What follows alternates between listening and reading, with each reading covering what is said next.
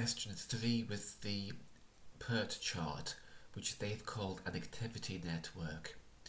Now there may be one or two strange things about this question.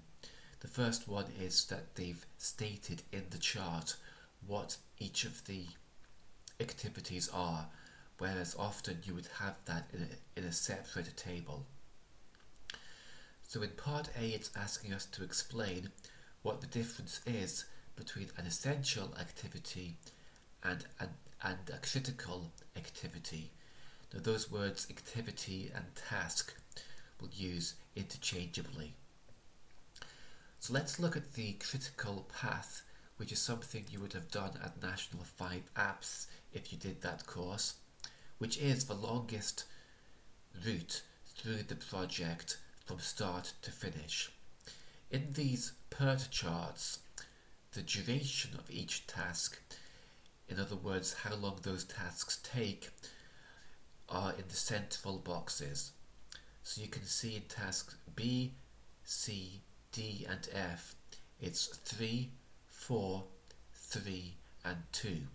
If you add those numbers together, that's longer than the 2, 4, 2 and 1 if you went a different way. So the critical tasks are the tasks on the critical path. And you can see that those are the tasks which have no float time.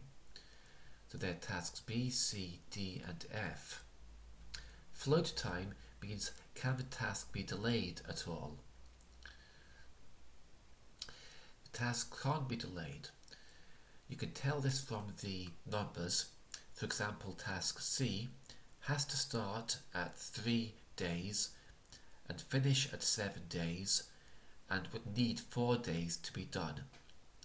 So there's no way that that task can be delayed at all.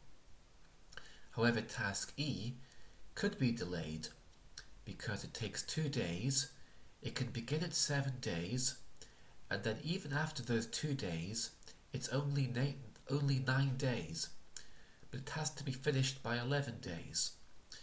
So there's 2 extra days that task E could be delayed by. Same for task G. Starts at 9 days, only takes a day, so it would be finished after 10 days. So those tasks E and G and also A are not critical tasks. Now the marking scheme here is slightly unclear, but I would say that they are all essential tasks because they all have to be done. However, tasks A and G are not critical, so that's the difference. They are the ones that could be delayed without delaying the project overall. Now I will show you in a moment exactly what the marking scheme says, and what they want is an example for a critical task and for you to explain why that is critical, and also an example of an essential task and what makes that essential and not critical, which you can see here. However, be aware that they may change their mind about how they mark this if they ever do have a question like this, because they do revise marking schemes over time. So now we're going to do part B, describe the meaning of each of the 3 values in activity C's node. So node means the box. So we said before that the middle number, the 4, in the case of C, is how long it takes. Now this is a mistake in the question. They didn't say what the units were, but it is supposed to be days. So the activity takes 4 days. What does the 3 mean? Well, that's the earliest possible time the activity can start. So it can't start until 3 days have passed.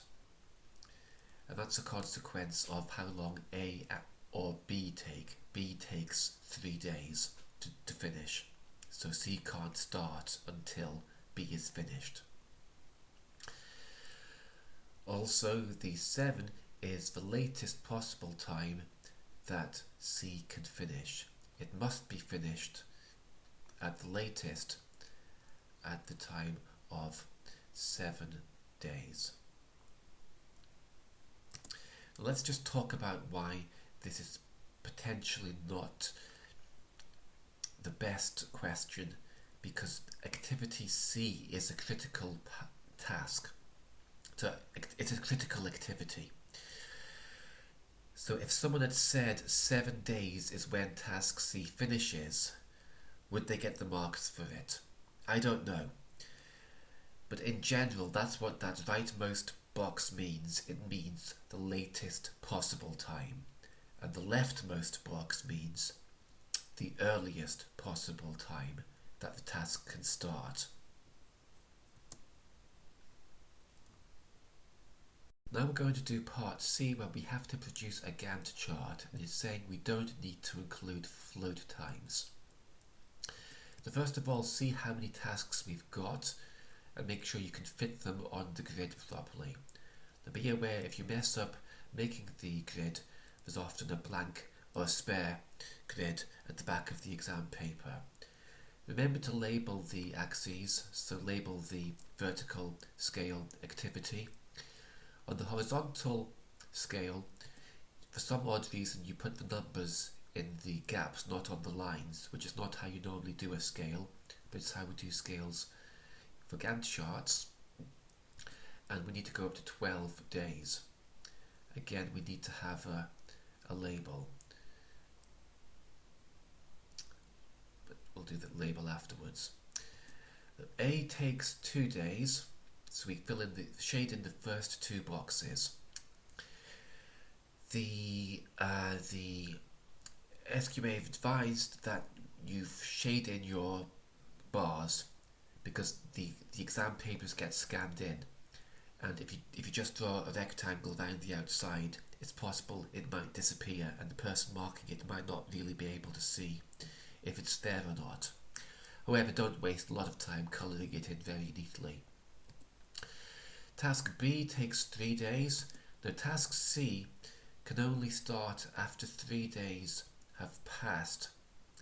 So it will start after A and B have finished and will take 4 days. So we actually shade in above where it says 4 on the horizontal axis, which is what I find slightly confusing. But it's days 4, 5 and 6 are consumed with activity C. Then when C is finished, then task D takes 3 days and task E takes 2 days. So shade in 3 boxes for D and 2 boxes for E, which is quite simple.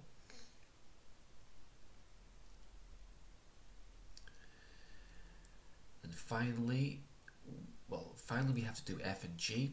So F is when D finishes, so F will be 2 days, so shade in 2 boxes. And task G takes 1, so we shade in 1 box for G. Now task G follows immediately on from task E, which is why I've shaded in task G starting on the 10th day. And I think I forgot to put in the label before, so I'll put that in. Okay, so that's it. You haven't had to show float times, which if you did, you'd probably have to use some different kind of hatching, but I don't exactly know how that would work if you did have to produce float times. If you have, one way is to do a kind of hatching for float times and to colour it in thoroughly for the actual duration of the task. Now let's have a look at the SQA version, which is a little bit neater, but basically the same. Now there are some notes here from the marking scheme. It says activity A can be started 1 day later. So I think if you did your Gantt chart shaded in with days 2 and 3 instead of 1 and 2 for task A, then that would have been marked correct. Similarly for activities E and G, because of the float time, it looks from that you could have shaded in a different set of boxes.